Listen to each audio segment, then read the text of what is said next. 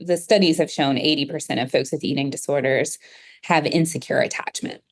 Yeah. So it's a pretty large percentage, and still a lot of the treatments offered are still more behavioral and not as much attachment focused.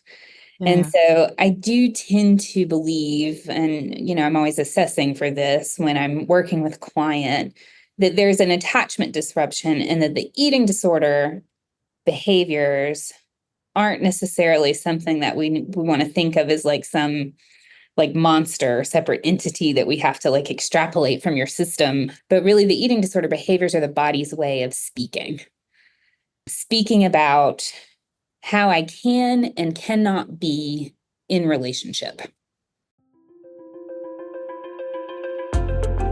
Welcome to How to Trust Yourself, the podcast for anyone who's done with the endless second guessing and ready to tune in to your inner guidance.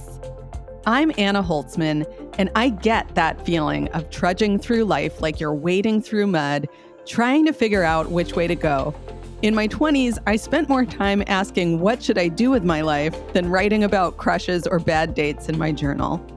I've tried on a lot of answers: architecture, publishing, editing reality TV for a decade, and finally landing on therapy and coaching, helping people like you connect with your purpose.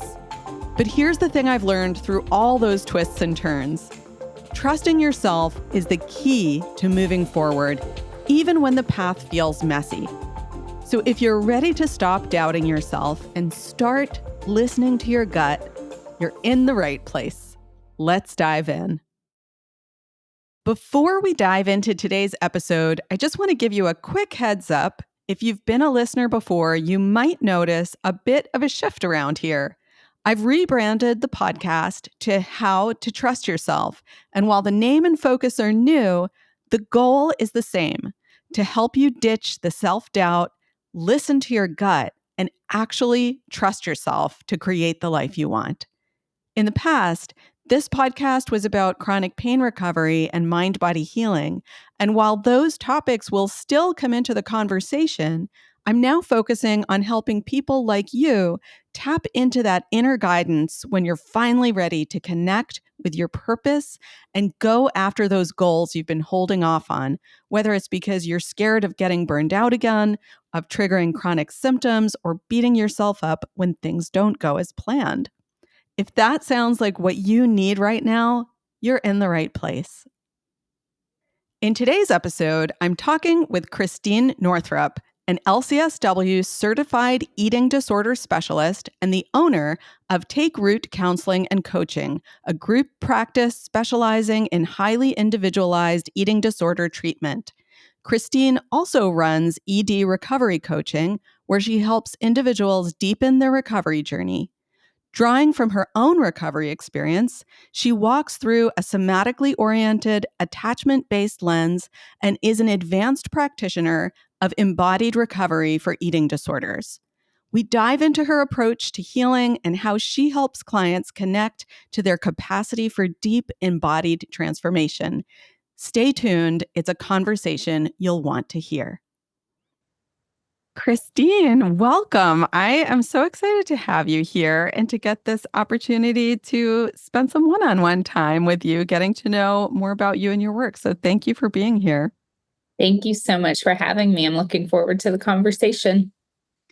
I am too. And we are going to be going into a topic that has not really been explored that much on this podcast before. So I'd love to just start with having you share with this audience what it is that you do and who you help. Sure. Yeah. So I am a licensed clinical social worker and certified eating disorder specialist. That's the credentially part of my introduction. I have a group practice in Raleigh, North Carolina, where we specialize in helping folks struggling to recover from eating disorders. And there's a wide variety of co-occurring conditions that we also treat.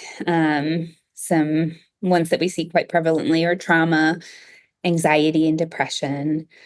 And me specifically, I work through a somatic lens. And so, really looking a lot at how is the nervous system speaking to us through these eating disorder symptoms, and taking that as something we get really curious about rather than something to kind of come in and get really combative with right off the bat.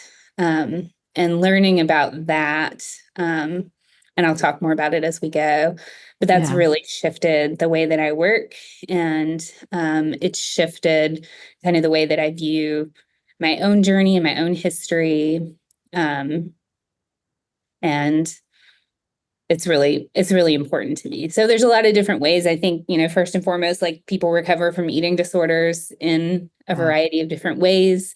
It's often a very layered process. Um, but for me, when I found these really embodied practices, it was like, oh yeah, this feels cozy. This is where I want to Yeah. hang out. Amazing. And so you just mentioned the words, my own journey, my own history. And this is something that, as I'm starting to learn about you and your practice through this group that you and I are both part of, um, I was really like, I kind of lit up when I've seen you talk about your own journey and talk about the fact that you talk about that, with clients. So most of the guests on this podcast are folks who, like me, specialize in chronic pain, and nearly all of us have gotten into this work through our own pain recovery journey. And it's something I really love about this niche, this little corner of the world, is that pretty much everyone in it talks about their own recovery journey. Whereas in grad school, I'm sure you had a similar experience. There was a lot of messaging around, kind of, I don't know, this is changing, I think, these days, but there Mhm. has been a lot of messaging about be a blank slate and don't Yeah. share any of your personal stuff. So, that all said, what is it that led you to this work that you now do? Yeah, thank you so much for that question. And thank you for bringing that up, because I do think a culture in the industry, right, of be a blank slate, don't self disclose unless you have some, I don't know, once in a lifetime experience where it's really needed. Like being human, maybe. Right, exactly. Um, and for me, my own experience is that I struggled with and recovered from an eating disorder that started for me when I was in middle school. Although there were, I think, physiological components that um, made me more vulnerable to that. And I might talk a little bit more about that as we talk about different modalities and things like that. But um, I struggled pretty significantly for many years, all through my adolescence and into my early 20s. Um, and I get some recovery, or we might call it symptom reduction, or symptom abstinence. Sometimes it was called. And this was the 90s, so treatment was very behavioral at that point. Just stop the behavior of restricting or binging or purging or whatever it happened to be. For me, it was some of all of it at different points in my eating disorder. Um, and then you'll be better, and Right. then you can recover. And for me, without addressing some of the underlying physiology and attachment disruption, it was really just this very controlled um, thing. I can Yeah. control my eating. I can follow this meal plan from this dietitian, and I can, work really hard to recover. And don't get me wrong, I think hard work is part of it. Yeah. Um, can be a part of it. I don't discount all of that, all of the behavioral tools that I learned to manage my eating disorder symptoms. But there were underlying pieces that I only learned really once I started becoming a clinician, how I actually recovered, how that came together for me. Yeah. And I'll talk a little bit about kind of weave this into our conversation as we go. But for me, in the 90s, I think treatment was really very focused on, and these stereotypes still exist, like the stereotype of the white, thin, affluent teenager who looks quote unquote sick by being Mm. very, very thin. And then that was happening alongside a culture where thinness was highly regarded. So Right. kind of for me, in order to like have this very thin body, I had to engage in really severe eating disorder behaviors.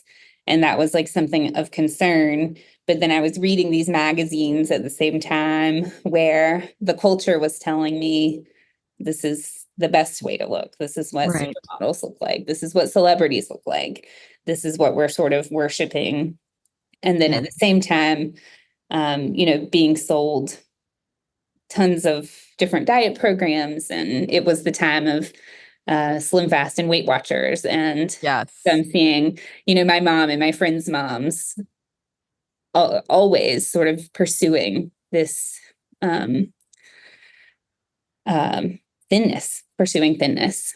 And as I got older, I went through a treatment right before my senior year of high school.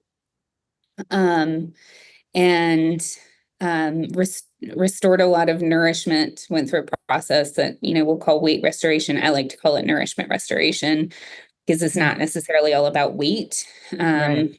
about re-nourishing. And decided that I wanted to go and major in psychology after high school and become a therapist and treat people with eating disorders. And I went for my first semester, and I think my parents like dropped me off at school, and I promptly relapsed. Like Yeah. dove immediately back into my eating disorder, and some of that had to do, I think, with what was happening. Really, I mean, I was an 18-year-old at that time, but in my attachment system, and I'll give a little bit of details. My parents divorced when I was very young in elementary school. And right before I graduated from high school, they got remarried to each other, which Oh, is wow. very sort of unheard of. But Yeah. my attachment system kind of started to rebuild itself Yeah. in a way that was unexpected, but was also, I think, something that I needed to be a part of. But as an 18-year-old, of course, I wasn't saying like, actually, I want to stay at home for another year or two. I'm not ready to go to college yet. I want to stay and be a part of this family healing itself. Yeah. Um, and that wasn't like a conscious thought, well, I'll just relapse. But that's what happened. I Mm. relapsed and Mm. had to come home from school. By the time holiday break came along, it was Mm. pretty clear that I wasn't going to be able to continue.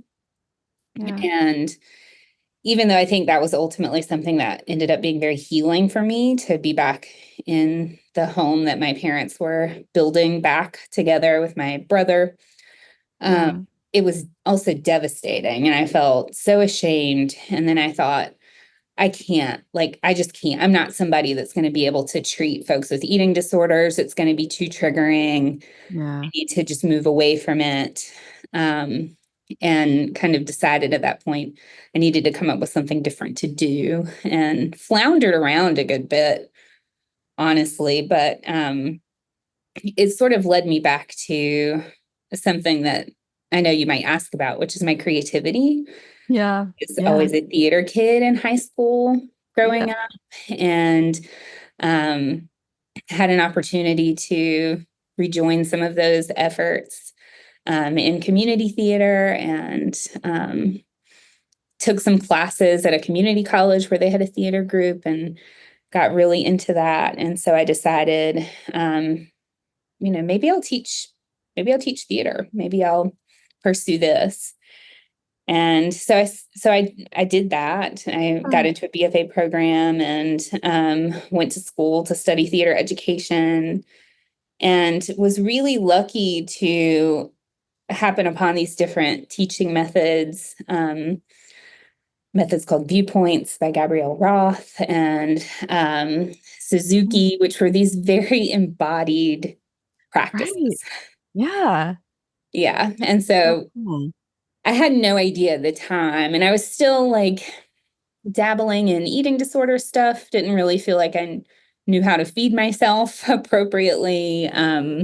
Still had a lot of struggles with how my body looked and was it good enough? Was I pretty enough? I mean, struggling with those kinds of things, but was really getting into my body at the same time, Right. which was improving my confidence because I just felt connected to myself. Oh, Um, I got chills when you said that. yeah. It's just so simple yet so like there's so many obstacles to getting there in this, with all the societal layers. Right, Mm. exactly. And Mm. so that was something that, later on in my journey, um, I did end up putting together as because I didn't have the kind of treatment that I offer my clients now today. It wasn't Yeah. available to me. It didn't even feel accessible at the time of my last relapse to even share with my family. I'm Mm. struggling with this again. But I shared with some friends, and I was still following the things that I was drawn to in terms of these embodied practices that I was engaged in. And I did graduate from that program, and I taught theater arts for 7 years in the Raleigh area. And I had a lot of fun and made a lot of cool art with some Mm. really amazing students. But then I realized I became somewhat disillusioned with teaching for a variety of different reasons. But I also was realizing that my students were using their theater assignments to process trauma. Right. Um, Yeah. so they were kind of drawn to it creatively, Yeah. and different challenges that they were having were coming up in my classroom. Mm. And I felt really interested in that. Um, and so I was considering different things that I might do, and I decided to leave teaching and go and get my MSW. Uh, Mm. and I wasn't sure at that time if I was going to even be a therapist or if I might do something more macro. Um, but I was at the orientation and I was figuring out, like, what am I going to do for work? Like, what am I Yeah. going to do to bring in money while I'm doing this? And someone at the table with me said, well, I work at this eating disorder treatment facility doing meal coaching. You Mm. should come and work with me. Wow. Yeah. Which was a real full circle moment. And Yeah. I had at that point not been using any eating disorder symptoms or behaviors for a long time. Felt pretty solidly in my recovery. And then when I went for my first day, which was, they called it trial by fire training, Yeah. working with folks really valiantly working to recover from their eating disorders. I had so much respect for them immediately. And sitting at the table with them, I felt that just great respect for Yeah. the work, having gone through it myself. And I also felt like I am really recovered. Like Mm. I didn't feel triggered. I didn't feel any sort of whisperings of my eating disorder urges to use behaviors or anything like that. I felt like I can really sit at this table, and I was eating with clients. That was my Yeah. job. Yeah. I can have this meal, whatever it is, on the plate in front of me, and I can enjoy it. And I can sense when I'm hungry, and I can sense when I'm full, and all of these things that I really struggled with in Yeah. my eating disorder. And felt pretty early on in that job like, okay, I can do it now. I didn't think I was going to be able to, but this is really this is where I'm called to be. Thank you so much for sharing this story with listeners and also for sharing it with me. It's just, it's incredible to hear someone else's story because in some sense, like we've all got a story. So it's common to have a story, but like there's so much magic in your story. I felt like I learned so much. I felt like I grew with you just through, getting to hear your arc. Um, and I hope it's okay if I kind of just like pull out some highlights Please that, do. Yeah, and yeah, thank you also, for the opportunity to share it. yeah, yeah. Thank you for sharing it. I love doing this because we get so much out of asking and telling and connecting. And speaking of connection, like the thing that just spoke the loudest to me was this theme of self-connection, of Mhm. healing as a journey of coming back to self. Yeah. And there were multiple points along the way that leaped out at me as things that I'm like, oh, this is similar to the way that I work with chronic pain, but it's just like, Mhm. all these journeys have a lot in common and then they have their own like uniqueness. But early on, you mentioned that the behavioral methods that you were learning in like early treatment in the 90s were all about control, Mhm. and the symptoms are about control. Right. Right. And like I can really connect with that through the chronic pain work I do, which by the way isn't like some completely separate thing in some completely different universe. There's a ton of overlap, as you Oh, and I have talked absolutely. about, between Yes. eating disordered eating and chronic pain. And pain is like, or chronic pain, mind body pain is sort of this like matrix of things that's all held together by control-based coping mechanisms. I really like to communicate this to clients through gestures rather than words because it is so somatic. It's so like in our nervous systems and our bodies, like you're saying. Mhm. And I'll say, try to describe this with words for folks who are listening to this and not watching, but it's like our body is using these coping mechanisms to keep ourselves safe. That's like curling up in a ball and like covering ourselves with our forearms and our fists and keeping Mhm. ourselves safe that way because our nervous system doesn't realize that we actually could use different ways of keeping ourselves safe, like, and I'm opening my chest now and opening my arms to demonstrate like being assertive, speaking up for ourselves, taking up space, those Mhm. ways of keeping ourselves safe in the world, actually connecting with other people, forming community. Yeah. So it's so interesting that the therapy you were first introduced to was also control based, and that comes up a lot, even in the types of work that I'm using for myself and to work with clients. It's just so easy to take these tools and employ them in a really control based way, and that's like a Mhm. whole thing to work through. I'm sure that's something that you see in your work too. Yeah, absolutely. And, as I said, like sometimes, every so often I will pull out a CBT or a DBT skill and throw it into the mix. But there's, a couple of things with it is that those skills are really housed in that thinking part of our brain, the prefrontal cortex. And Yeah. it's something that we don't necessarily have access to in the throes of an eating disorder. Um, Mhm. and so it's really like responding to someone whose nervous system might be so activated that they feel like danger is in every corner or so frozen. And then we're handing them a worksheet. Right. you know? Right. Like the um, house is on fire. Here, read this manual. right, read this manual that has and it's like great skills, lots Yeah. of skills. what I've learned is that a lot of them are things that people end up doing once the nervous system is more regulated.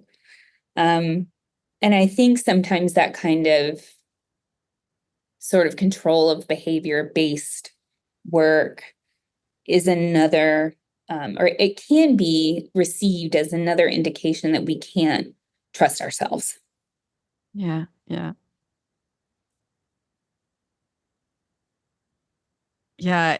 It's so interesting. Like there's a significant part of the chronic pain recovery work that's about assessing like where is my nervous system right now? Am I in, I call it like red light, green light, red Mm-hmm. light, yellow light, green light. You know, if I'm in red light mode, meaning my nervous system is very, very frightened and it's like the wheels are spinning, like Yeah. this, that's not the moment for me to ask myself really deep questions about Right. what's really going on. Like that stuff's really important, but it's not going to be, not only is it not going to go well, but it's actually probably going to make the tightness even tighter when things are up Hmm. there.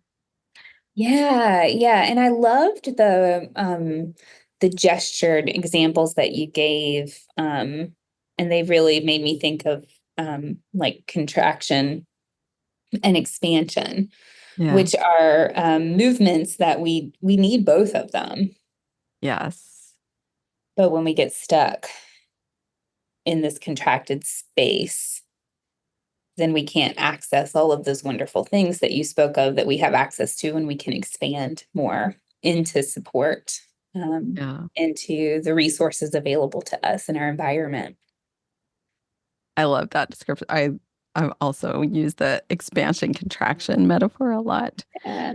Um, the second point that like I was like, oh yes, we need to talk about this is you were describing like the diet culture that certainly Hmm. still exists, but it was really intense and specific in the 90s, a Yeah. time when I was also growing up. Tasty Delight came to mind, like that frozen Yes, yogurt substitute that supposedly had no calories, that's right. and that supposedly tasted good. Um, Mhm. and I was thinking about, and this is true with anything that we're working with, whether it's eating disorders or chronic pain, is like, are we working with something that's quote unquote wrong with you, with like a disorder that you have, or is this a response to a disorder that's in the society? Right.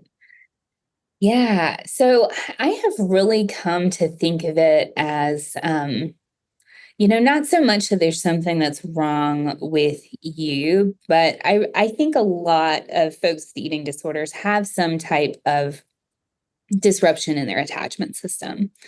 And I'm always careful to um, talk about this with some nuance, because I think sometimes when we say attachment trauma, folks think like, oh, you had a bad childhood or you had bad parents or that kind of thing. And that's certainly not necessarily the case. There can be a lot impacting our attachment systems when we're in that really early phase of life. And a lot of, I mean, really, it's the studies have shown 80% of folks with eating disorders have insecure attachment. Yeah. So it's a pretty large percentage, and still a lot of the treatments offered are still more behavioral and not as much attachment focused. And Yeah. so I do tend to believe, and I'm always assessing for this when I'm working with a client, that there's an attachment disruption and that the eating disorder behaviors aren't necessarily something that we want to think of as like some like monster separate entity that we have to like extrapolate from your system. But really the eating disorder behaviors are the body's way of speaking about how I can and cannot be in relationship. Mm, And happy to talk more about that as we go, but it's something that I try to get really curious about. And so there's that piece of it that is within the person, within their system. And then diet culture just supports it further. Mm. It really just supports the continuation of it further. And sometimes I think in the treatment world, we don't get past that influence. We don't get to the depth of the No. attachment system. We kind of focus on, sometimes how the person has explained it to themselves. Well, I'm counting calories, or today we hear more about I'm counting my carbohydrates or my sugar, or I'm doing my macros this way so that I will lose weight, or so that my body will look a certain way, or so I can fit in a particular size of pants. Mm. And while that certainly is something that can impact us, and I think a lot of people who don't necessarily have eating disorders are severely impacted by diet culture in a way that is harmful to them and separates them from their authentic selves and their ability to trust themselves. Yeah. Usually we have this layer it's impacting people, but then we also have this underlying attachment disruption that's also just really in the mix and has informed how folks are able to come into relationship with food, and often how they're able to come into relationship with people or Yeah. money or environments, any of the things that we are in relationship with. I'd actually love to ask you now, since you're naming this, like, could you give a tangible example of what it means, what you were saying earlier, how I can and cannot be in relationship?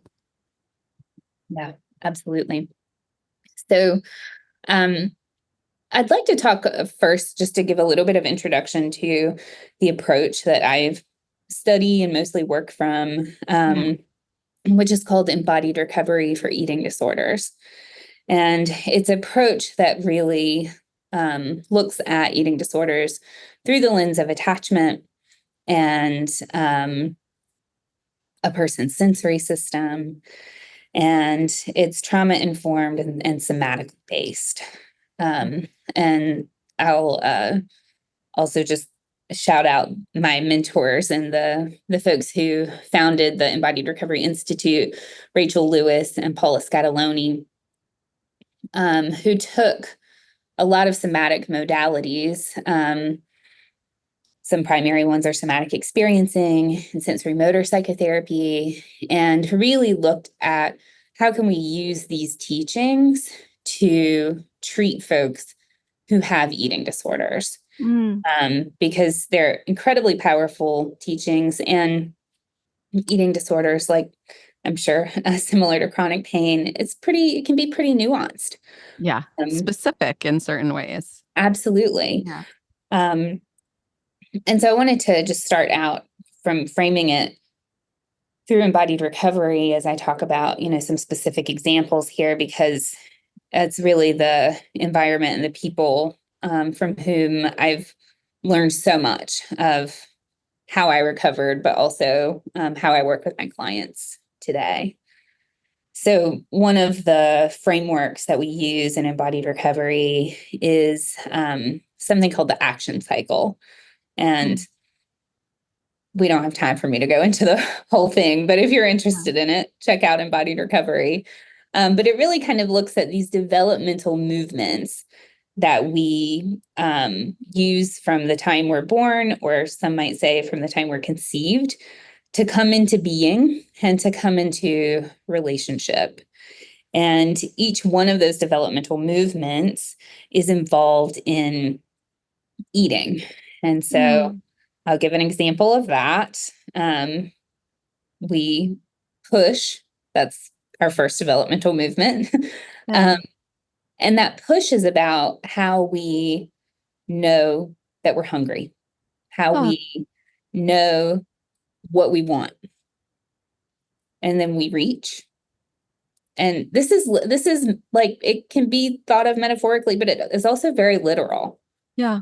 We Yeah. reach for the things that we want, and we go and get it. Oh, I'm hungry for this. I'm going to reach out and get it. Or I could use some support and companionship. I think I'm going to pick up the phone and call my best friend. Yeah. And then we grasp onto what we want. And that's something that we do with our hands. If you in our trainings at Embodied Recovery, they'll show videos of little babies grasping their food and pulling it to their face really fast. Those two kind of Yeah. go together. Yeah. Grasp, pull, I take that in. If it's food, it might be, if it's not food, if it's support, it might be, I'm really taking in that this person is here for me and I can feel their support in my body. Mm. And then finally, we yield, we rest and digest Mm. so that we can take in all of the experience that we've received, process it, and be ready for the next push. Yeah. Yeah.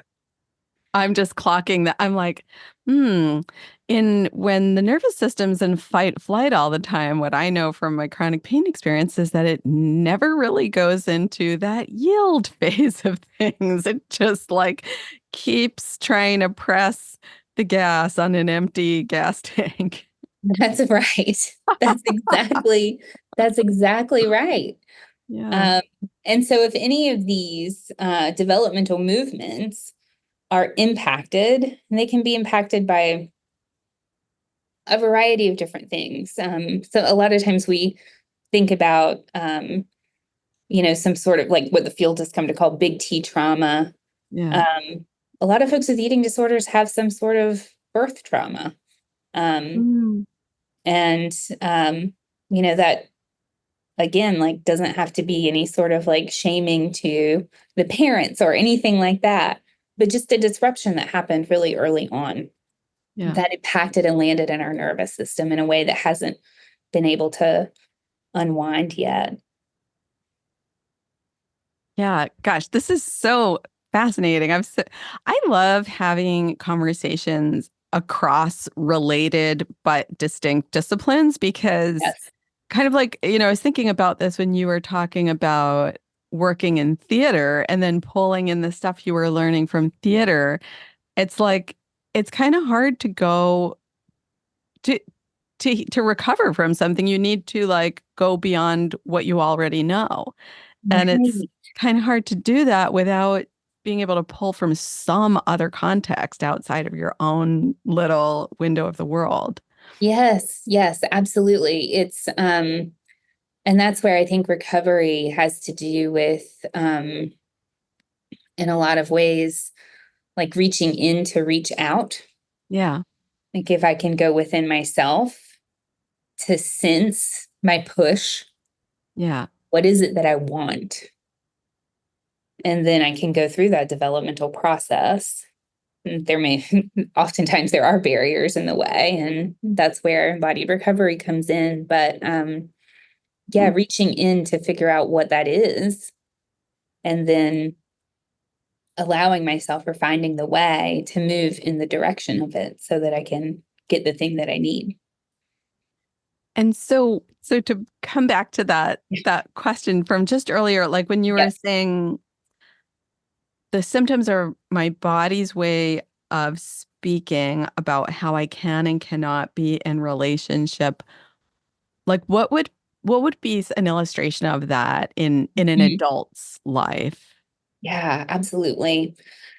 So this is where we really look at the eating disorder behaviors, um, but not so much in the way of like, I need to behaviorally treat this, but what is the behavior saying Yeah. about this person's way of being in the world, the way that they are able to be in the world?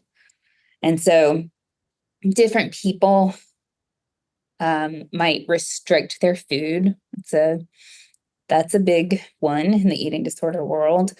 Um, but we want to know, why are they restricting it? And we want to get underneath, well, I don't want to eat too many calories. Because it's not just going to be that. Are they restricting because they don't have that push? I don't Mm. know what I want. And Mm. sometimes folks that struggle with this, they may not know that they're hungry. They literally can't sense their hunger and fullness cues for whatever reason. They may not be embodied enough to sense them. Yeah. Yeah. Or they might be restricting because they can't complete it. They don't have that ability to rest and digest. Mm. And so if there's sort of a hopelessness about being able to digest my food,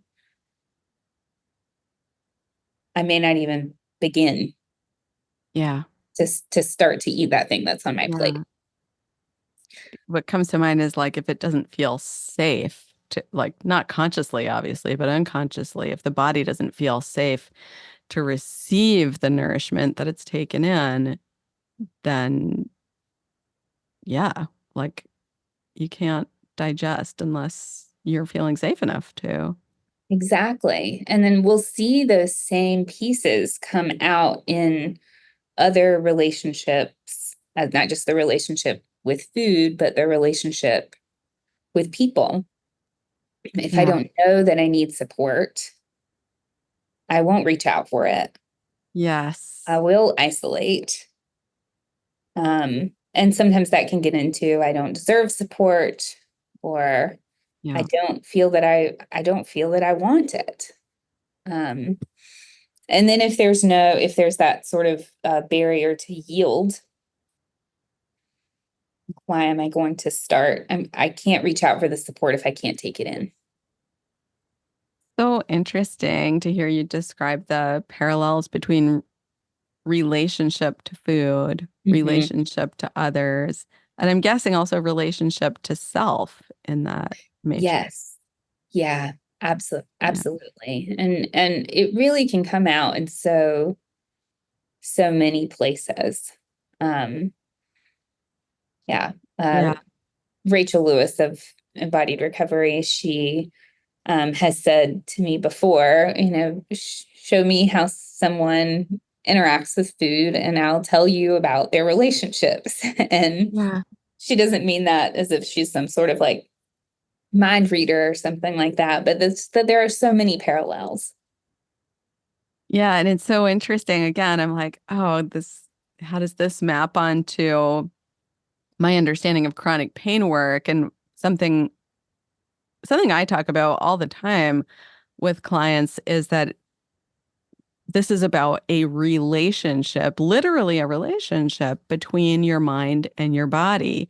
And just Mhm. like a relationship between any two people, this relationship can get fraught with breaches in trust, with alienation.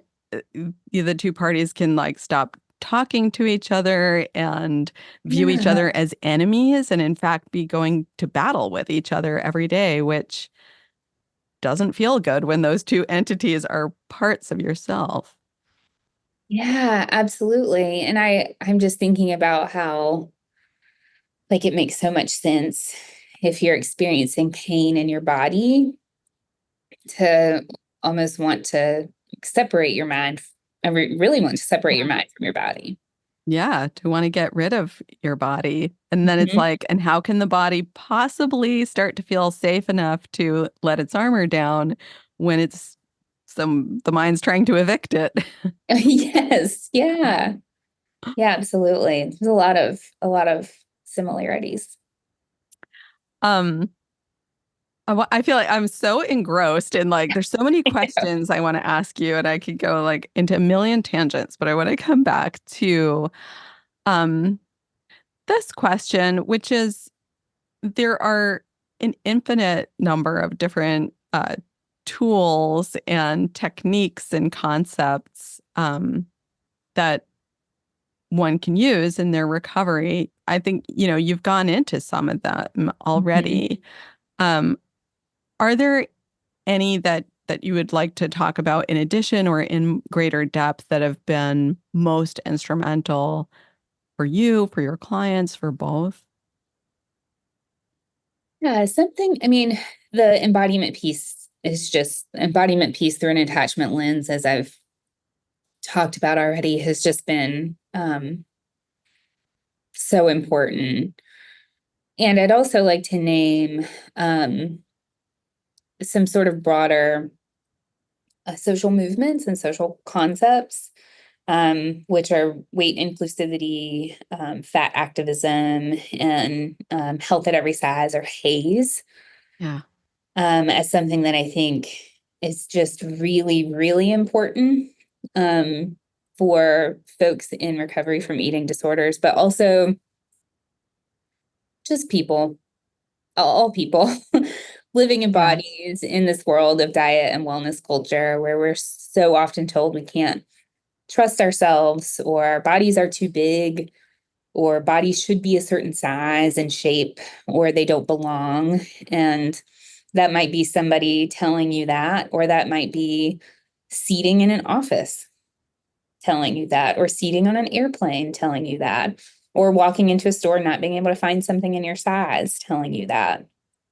And um, the weight inclusive movement, which really just seeks to make the world safer for people in all bodies, but particularly people living in larger bodies, people living in fat bodies, has been really important.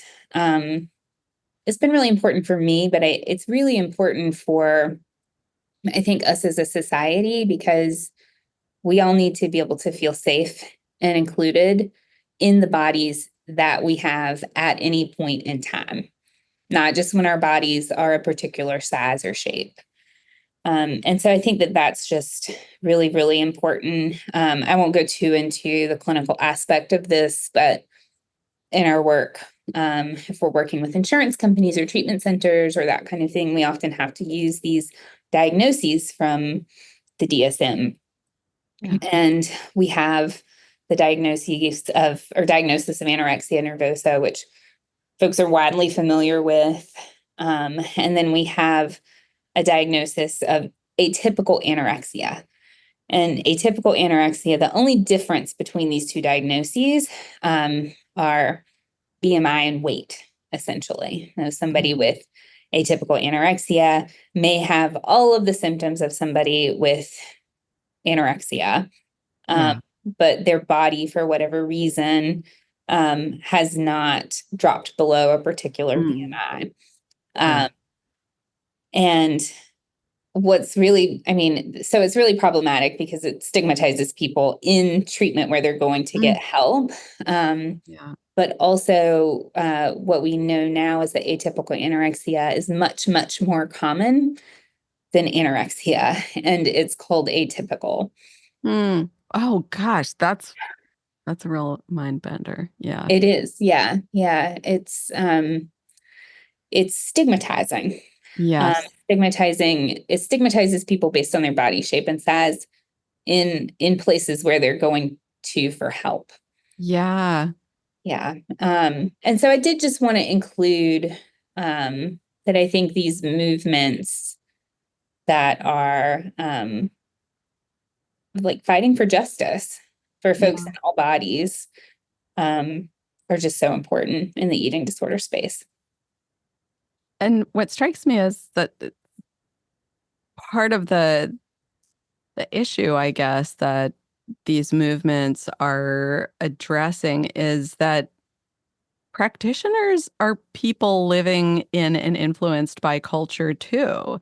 And so the very same cultural ideas that can be harmful to clients or patients are, are also things that are at play in the minds of the human beings who happen to be practitioners. Mm. Yes. Yeah, absolutely. Yeah, and so I mean, I think it's really important for practitioners to, understand their privileges in those places. I think like a lot of folks feel uncomfortable with the phrase like thin privilege because I don't know, maybe they were raised in the 90s and they feel uncomfortable using the word thin to describe themselves. But Mm. if you're able to walk into most shops and purchase something to wear, if you can easily find seating if you can go to the doctor and not have everything you bring up to your doctor be blamed on your weight, then you hold some amount of thin privilege. And it's really important for providers to be unpacking these things when they're working with really any client. This really pertains to all of us, but particularly clients in larger bodies. It's in the space, like your bodies are in the space where you're working. We're all walking around in bodies.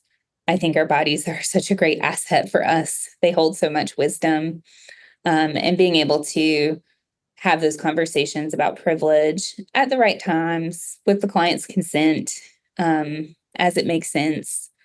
It's really important.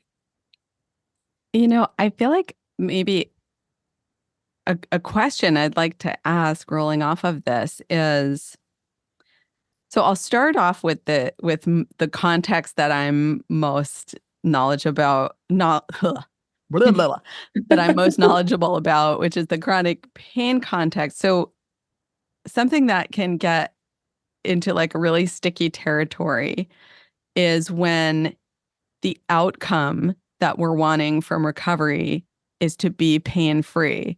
And that it's a tricky concept, right? Because if we don't want to be pain-free, well, then what the heck are we working on? Like, then just stay in pain, I guess. But Right. it's this whole complicated thing, because if our goal is to be pain-free, it becomes very challenging to love ourselves when we're in pain. And if we can't love ourselves when we're in pain, it becomes really challenging to come out of pain. Um, and so I hold, like, I let folks know that I help people to lessen their pain, and that's how they know that they can get help from me for the Mhm. specific thing they're dealing with. But the goal that I'm actually holding is to help people love themselves, honestly, at its root. Right. So I'm curious how you think about the goals of your work internally, and then how you communicate the goals externally in a way that people can understand with where they're at. Yeah, absolutely. Um, I do start a lot with why is the client, as we all do, like, why is the client coming into treatment? Why are they pursuing therapy with me at this time? And I think there's a lot of there's a lot of ideas out there about like what will happen to the shape and size of my body in Yeah. recovery.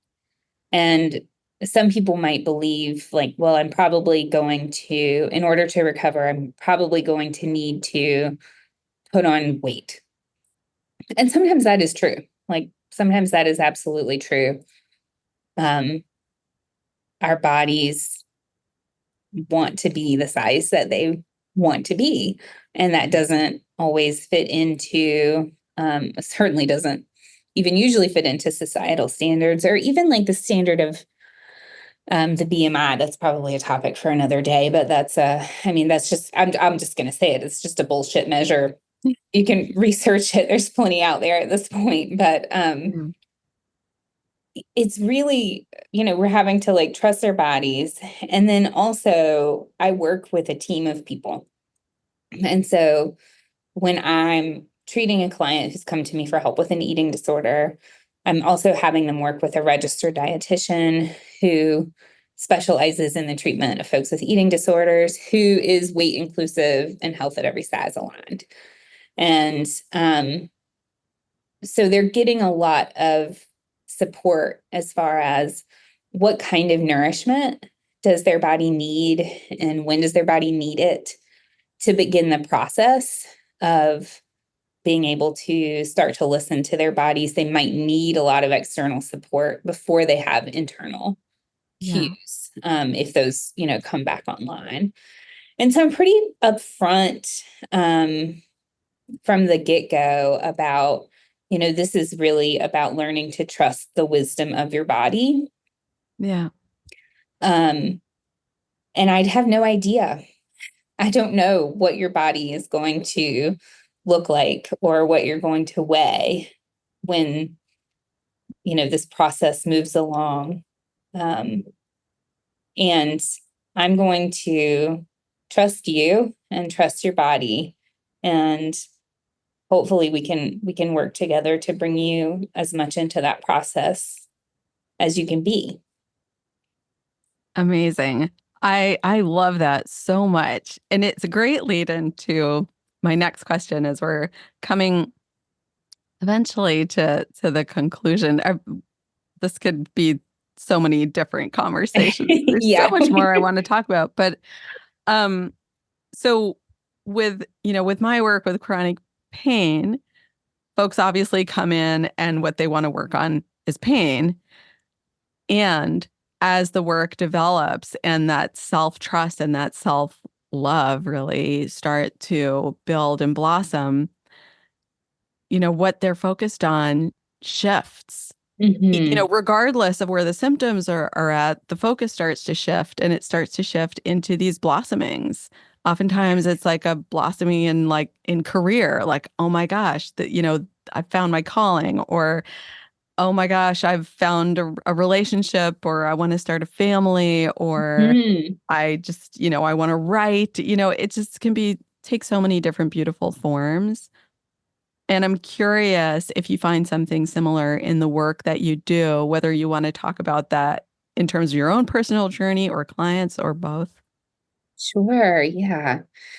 Yeah. I like felt really excited just hearing you talk about those blossomings. And I think that's such a beautiful way to describe what happens when a person is really led more deeply into themselves, and following that wisdom that's inside of them. I think there's a lot of different directions that I see this go. I see literally everything you listed. I'm like thinking of a client that's Yeah. experienced that in their recovery journey.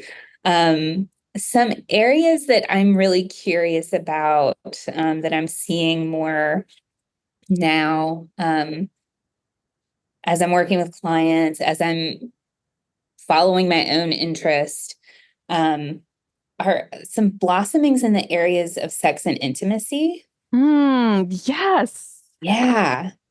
Love hearing And about this. I think that that is just such a rich, I mean, I think uh, deep connected intimacy is such a rich area for just very natural healing to happen, safe, connected intimacy. Um, and I noticed that as folks move through their recovery, they have a lot more access to that, Yeah. access to their, I mean, it makes sense, right? Like I have more access to my body. I'm not repelled by my own body. And I can look at my body for the resources that it inherently has. Um,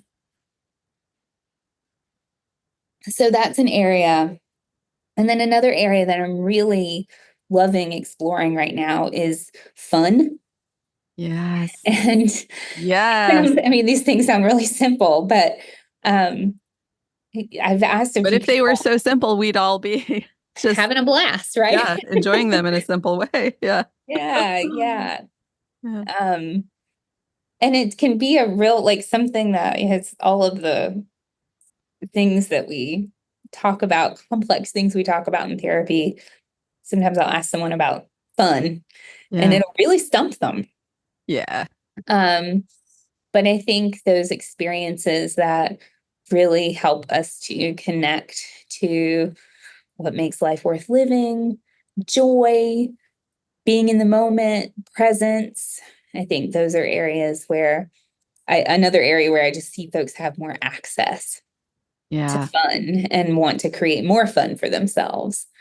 Um, and that's really fun for me as a provider to get to watch that happen. It's really fun to hear about it. And because of doing this work, like my own recovery process and then working with clients, I've become so aware of the sensations I feel in my body. So as Yeah, you were talking about that, I'm like, I'm getting shivers, I'm getting chills, my body feels expansive. Like this right. feels good to hear about. Yes, yeah, Yeah. absolutely. Yeah, that really resonates with me as well. And just thinking about even bringing those sensations into a session with a client Yeah. that's starting to feel like sparks of fun or sparks of intimacy with their partner, maybe, in a way that they haven't felt it before, and to be able to say, oh, that just really like lights my chest up to hear you talk Yeah, about that. I feel really glowy and buzzy inside in a really nice way. totally. I love that Mm. so much. Um, if there was a soapbox message that you're personally passionate about spreading through the work that you do, I know there's probably a bunch, but what's one that you'd like to share? Yeah, I love this question. And I thought about it a lot because I was like, oh, this one I'm going to share sounds really soapboxy, but Mm. that is the question. So, what I would say today in this moment is you already have within you the wisdom that you need to recover. I'm going to say it one more time and then I'm going to expand on it. Yes, you Mm. already have within you the wisdom that you need to recover. And that is not to say that you don't need a therapist or a dietitian. If you come see me, I'll tell you you need both. Or that don't need a lot of support. You need and deserve a lot of support. But when you are looking for those supports and you're looking for those providers, think about what supports, what resources, what providers are going to bring you more into connection with that innate wisdom versus looking for the wisdom of the provider. It's like, yes. Yes. I feel you and I are very much on a similar wavelength with this. Mm, yeah, Thank you for sharing this. thank you.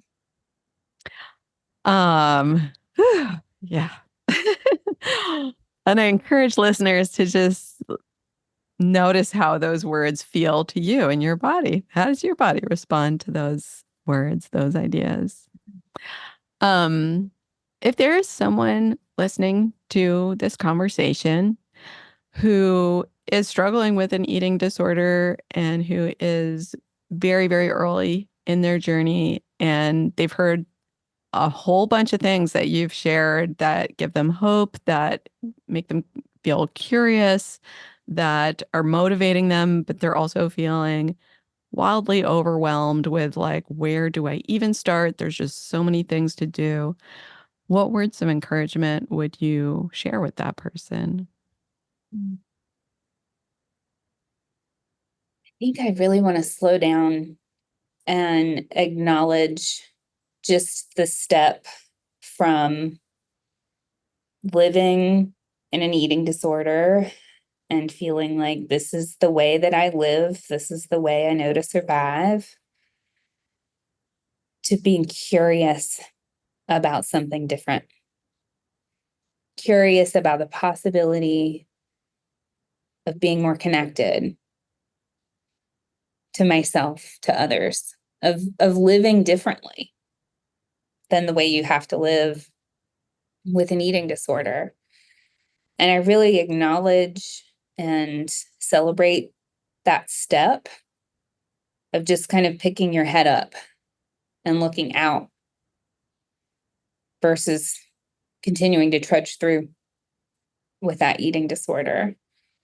Um, there's a lot of resources, there's a lot of help available that you can look to. And I go back to really trusting yourself when you're finding those people, finding a provider, um, sharing with a loved one that you really trust. That's really, really important. And even just the knowing, I'd like I'd like life to look a little different for me. I want something different than this. That's really powerful fuel to get you to whatever the next step might be. Thank you so much for those words. I feel like those words can be anchors. Mhm. Yeah. Anchors for taking whatever that first right doable step is. That's right. Yeah. Yeah. Finally, where can folks who've been listening to all your incredible wisdom, empathy, just light and love that you bring to this work, where can folks find you? And what sorts of things can they reach out to you for, whether they are in your state or not in your state? Where can Yeah. folks find you?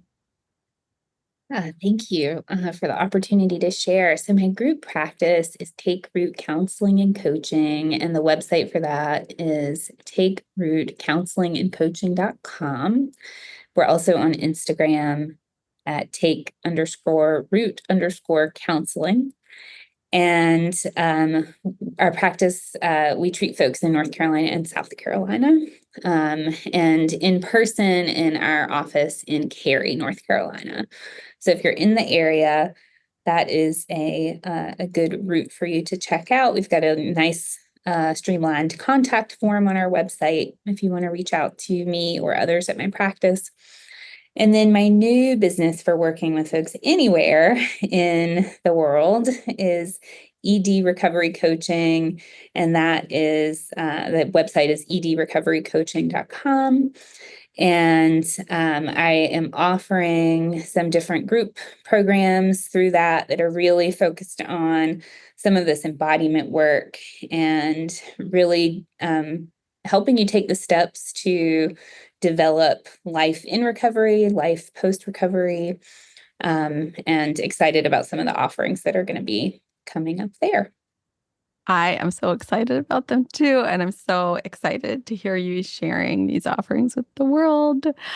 Um, Christine, thank you so much for taking this time, for being here, for sharing with me, sharing with this audience. I so appreciate it. And I look forward to continuing these conversations. Thank you so much, Anna. If you enjoyed today's episode, please do me a favor. Hit that follow button so you don't miss a thing and leave a rating or review. It helps more people find this show, and honestly, it makes my day. And if you're looking for more ways to trust yourself and start listening to that gut instinct of yours, come hang out with me on Instagram at Anna_Holtzman. Let's keep the conversation going. Thanks so much for listening, and until next time, trust yourself. You've got this.